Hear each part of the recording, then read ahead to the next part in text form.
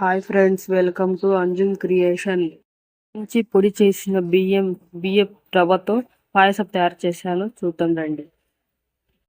Stove వెలిగించి pan పెట్టుకొని ఒక గ్లాస్ బియ్యాన్ని తీసుకొని దూరగా వేపుకొని పక్కన పెట్టుకోవాలి. తీసుకున్న బియ్యాన్ని చల్లారిన తర్వాత మిక్సీ జార్లో తీసుకొని ఉప్మా రవ్వలాగా మిక్సీ పట్టుకోవాలి.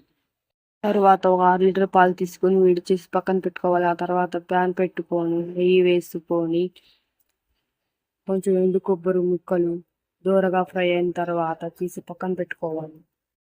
అదే ప్యాన్లో జీడిపప్పు కిస్మిస్ వేసుకొని దూరగా ఫ్రై చేసుకొని పక్కన పెట్టుకోవాలి. ఆ తర్వాత ఒక గిన్నెలో గ్లాస్ నీళ్లు పోసి సన్నసగ్గు బియ్యం తీసుకొని ఉడికించుకోవాలి. సగ్గు బియ్యం ఉడికిన తర్వాత బియ్యపు రవ్వ వేసుకొని బాగా కలుపుకొని ఉడికించుకోవాలి.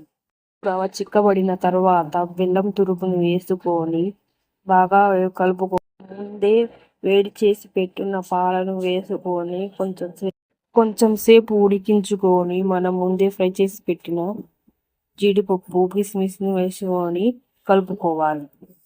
రుచికి సరిపడా ఉప్పు వేసుకొని స్టవ్ ఆఫ్ చేయాలి. మరిన్ని వీడియోస్ కోసం నా ఛానల్ని సబ్స్క్రైబ్ చేసుకోండి, లైక్ చేయండి, షేర్ చేయండి.